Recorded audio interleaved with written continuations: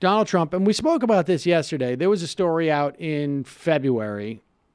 I think it was Axios or some insider Politico journal type of situation, where they said that the White House was very determined to run their 2018 election on cultural issues. In fact, the first one cited was something like the NFL and more black athletes kneeling.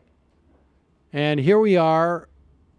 Now it is June, 5 months later, 5 months out from, 4.5, 5 months out from the 2018 elections, and Donald Trump is still at it.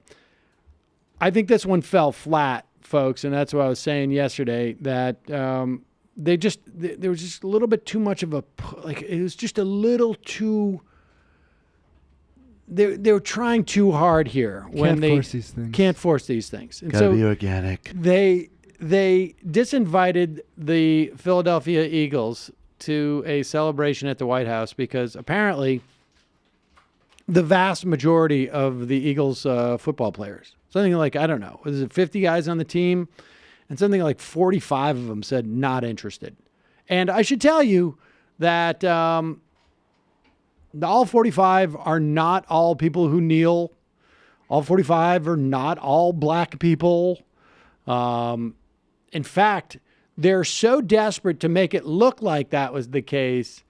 Fox News put pictures of Eagles kneeling, presumably during the anthem, but it turns out they were just like some Christian players on the Eagles who kneel to God. Bad look for Fox. Bad look. Whoa. They just kneel before every game to pray, I guess, so that God takes it, I guess the prayer is something to the effect of like, God, know that there's some problems in a place like Yemen, or that there may be some hunger that's happening. The Eagles are praying well this season. But just give us an hour, or, even like 2 quarters would probably be enough. And that's basically the prayer. So here is Donald Trump. They have canceled the Eagle celebration and instead renamed it, like a celebration for America and patriotism. I think that was the name of the celebration. And what they did is they filled it full of White House staffers, as they are wont to do. Apparently somebody went around and asked some of these supposed Eagles fans who the quarterback of the Eagles was during the Super Bowl, and like half a dozen of them had no idea. And Donald Trump insisted on being put front and center in this salutation to America and patriotism, as I guess it was a Marine band played God Bless America. The only problem, he did not take time to look at what the words were. Ladies and gentlemen, please join us in honoring our country by singing God Bless America. Do you think he's thinking right now, shit, I forgot to look at the words?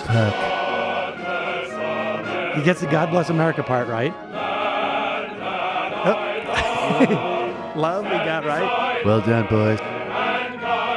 He does. Hold on, pause it, go back. He says, stand beside me. Look at his lips. He says, stand beside me.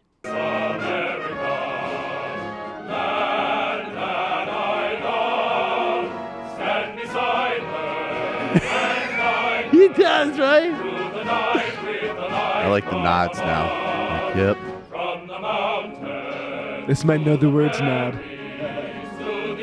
Everybody's singing it well. I know prairie, so I'm going to say that loudly. Everybody else is singing well. I don't want to distract from it. Picking my spots. Oh, here it comes. Oh.